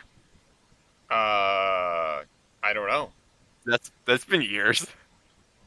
They finished 1187. They finished taking 1187. I have a picture of it somewhere. Yeah, there it is. There's a Twitter cosmetic post of them putting it together, I guess. Which also disgusting. Camelback. It's a cute little engine. It's cute enough. Engine. I do wonder if in the future they'll try to actually restore to operation, because it makes sense for the size of the facility that they have currently. I mean, they do need something to just putter around the yard if they're gonna have tourists, right? Yeah, but they also have free engines running. Well, 3 engines that could run, right? They've got... They don't really do anything, as far as I know. No, they've got 2 others that they could just within a year or 2 get running. And they've got our favorite Explode G5. Yeah. Which that would need a whole new firebox. Yeah. Well, they have another G5, so. Yeah. Yeah, it would be kind of making your model railroad. They just existing in the lifestyle of F. Nelson Blount and just using your riches to buy trains. Exactly. Anyway, because TBA is not here, I will get this one out of the way, which is an older article from last year where Metro asks the court to come back on their dispute with Union Pacific and change their mind. So, the court had ruled that no, Union Pacific does not need to do the thing. Does not need to continue running trains for Metra. And Metra says, hey, can you, change your mind? I don't think that's... I don't like your answer. So, that's probably the end of the saga. That was a long time coming. That's probably the fairly anticlimactic end of the saga, being that UP is probably going to stop running Metro trains at some point. But at this point, it's looking more and more like UP is going to stop running trains altogether, because apparently just doing They don't railroads, have to. it doesn't make you enough money now, does it? It doesn't keep the shareholders happy. You need to always be running fewer trains. Steam With trains fewer make them and happy. That's it. Steam. I mean, that's true. Run more steam. Mako gobbles. Also strike. Also strike. Okay. Double. Well, with that we have is... had a more successful strike than BNSF had. Yeah, well, yeah, sorry, TJ, I should have told you at the beginning of this thing, the court has informed me that you are not, in fact, allowed to strike. Oof. Sorry, TJ. Gotta come back. Yeah. Yeah, gotta come do this. But before we do the thing, before we, what the heck is that? Longhood Forward CP Rail Jeep, or SD, with a single gondola. What? Where? On the camera, and there it goes. Anyway, any advertisements before we wrap this show up? I don't got anything for once. No. Holy crap! The Amtracker's been updated, man. I can't wait for you all to see this. Nobody look though. All right, and I found the latest train. That was not hard. Okay, so who's got guesses? Everyone gets guesses. The northbound Super Silver. Westbound Empire Builder. Westbound Empire Builder. That's a good one. You said northbound Silver Star. Yes. Okay. I don't know what it is on the map, so it's Yeah, no, I found whatever it. 91 or 92 is. Oh, that's actually not it. It's down here. There it is.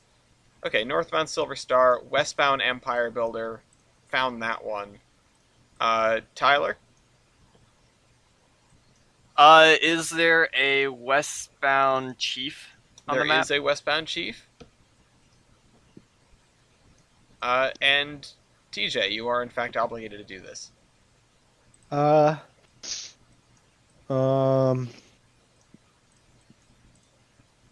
gonna have to say,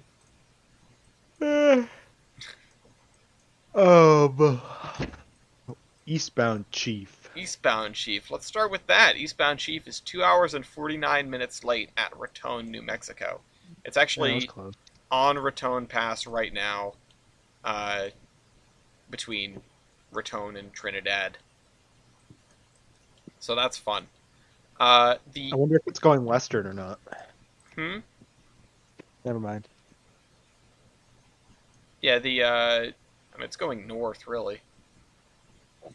Southwest West. Chief That's time for the west. Southwest Chief to Los Angeles. The eastbound is 55 minutes late. So there's that. Let's check on the Empire Builder. Empire Builder to Seattle, 20 minutes late, or 12 minutes late. Oh well, that sucks. Doing pretty good. Silver Star to New York, 39 minutes late. Ooh. And let's look at some other samplings before we come back to this. So the Auto Train is 4 hours and 15 minutes late. Ooh. The Crescent to New Orleans is 4 hours and 2 minutes late. It's been stopped for about 2 hours.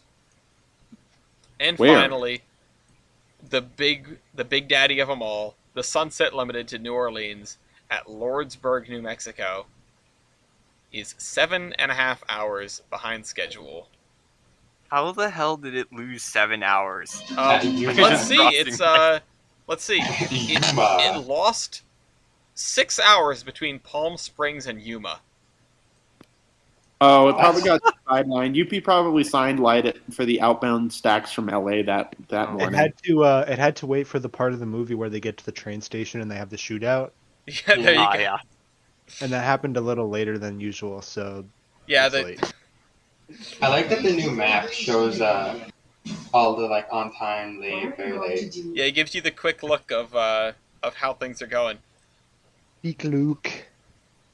Anyway, that is the ASM Transit Docs map. I'll throw that in because I never link that, and I should.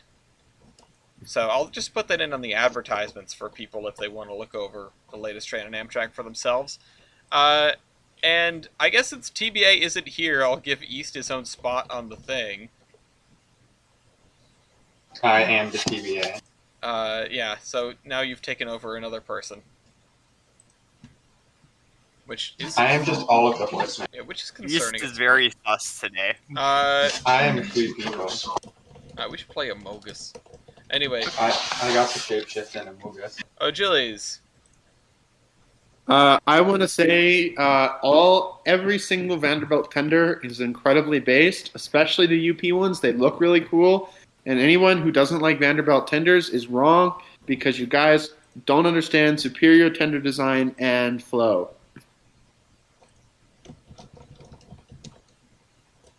Oh, Okay. TJ? Actual TJ. The Terminus Podcast is anti-union and anti-strike. They hired a scab to replace me. I will be suing via the NLRB because that is within my rights as a podcast host on the Terminus Podcast. So, yep, stay tuned. Yeah, stay tuned. We'll see you all in court, I guess. Yeah, next TJ is starting episode the is going to be from outside the appellate court. Yes. Next episode podcast featuring coming Judge to Judy. Well, she's retired. She could come over. She could come over. Yeah. Judge Judy and chill. God damn it. I didn't want to make that. just Judy and doing the duty. Oh my god. Okay. Who's up next? Tyler. All right. What is this? An example of what I see after I get out of prom. Oh my god. You people, just my child, my baby, my cookie. My cookie. Ooh, Please don't harm it. lunch. And I would like to say, knowing O'Gillies and just knowing O'Gillies, O'Gillies' opinions on steam locomotives are not valid. Ooh. Ouch. Wow. That hurts. No, it doesn't. Who just sounds like him all of a sudden? You get there, TJ? East, Jesus Christ. East, your turn. I'm checking Tyler's thing. Oh, okay. Well, it seems as though the police have showed up outside my dorm to stop me from striking. So Oh. There are federal agents outside my dorm. yeah, they're like poking me with their batons. That's why I'm making all kinds of noise. Poking you. Yeah, they're like, stop it. East, we have an article on a Garrett. I should have noticed it. I'm finding myself a gift. There we go. Yeah. The Australia's largest operating steam locomotive is, doing its thing. You can have that as a Link. termination if you want. I was linked the Cookie Monster thing. I'm going to eat all of Tyler's cookies. Oh, okay. No.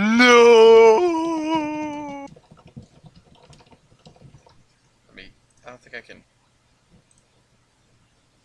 I'm not sure I can do that. Oh wait, it's a tenor GIF. Okay, yeah, sure. Oh no. Why is it a no? Okay, anyway. Thanks for coming on this episode of the Terminus Podcast. A very non-standard episode, which of course irks me to no end because standards. But, Oh, gives a T1 gap valve here. no, God. Again, we had something that we talked about that has young valve gear. There are no standards. That's in this true. world. We did talk about young valve gear today. That is an unusual podcast. We talked about young valve gear, and it wasn't even anything to do with locomotive versus. Why didn't we do... Well, I guess because we were too concentrated on TJ versus TJ, but having 5511 versus something could have been interesting. I have no idea what I think about this locomotive. It looks so derp. It's so long. It is very derp. It hangs over the front. After- When are we getting in Railroads Online? No. Well, we're getting the workshop, so we're getting other gauges, and we're gonna get the big boy in Railroads Yeah, Online soon. I I'm that's going gonna to be model a boat summer game. project of getting documentation together for that. Woo! The big boy, yeah, 2 foot soon. gonna be exciting. Yeah, 2 foot, an official Mount Desert Island map Oh god. for 2 foot.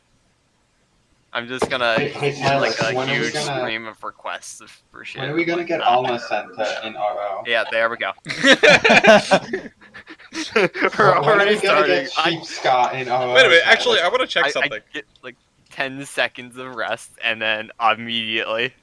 Yeah, hey Tyler, something trading cards. Oh yeah, later, maybe. Do this, do that. Tote that barge, lift that bale. How big is the existing Railroads Online map?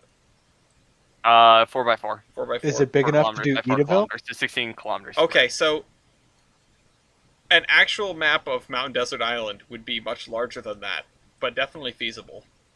We were looking at doing like 16 by 16, I think, or something Oh yeah, like that. I don't that would fit know. almost perfectly.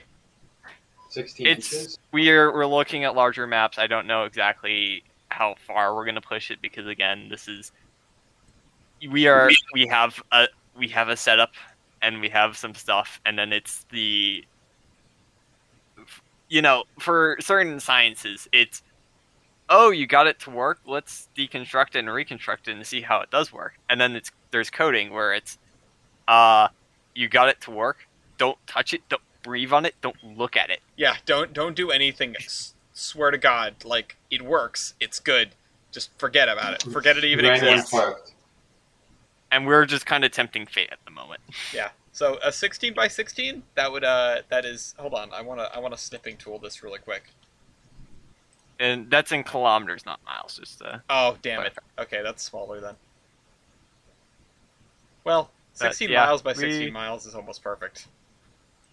But that's substantially larger. we'll see. We'll see how this all works out. All right. Once again, thanks everyone for coming on the podcast. Thanks to Virtual Railfan for not shutting us down yet. Thanks to Stephen West for the local base. We couldn't do parts of this show without you guys. And thanks to TJ and also TJ and Tyler and Bachilles and TBA and all of our random cameos. We didn't have anybody hop in. I was expecting more hop-ins. Well, we did have Carly show up. Yeah, I mean, we'd be like, hey, you want to join? And then they never responded. She didn't want to. I just kind of like grabbed her and like picked her up and said, "Guys, I have Carly here." Because again, at gunpoint, as a, you Nobody would willingly date me. I have to like point a gun at her every once in a while. Maybe be that's like, not the "You're thing to be still- saying on the air, but That's not true. We wanted to drag them in, but they were eating dinner, so we couldn't. pointing a gun It's at not someone, a parody redacted in Minecraft. All right. Anyway, goodbye, everybody. We'll Okay. see you in 2 weeks Bye, everyone. with more dumb train news. Bye. Goodbye.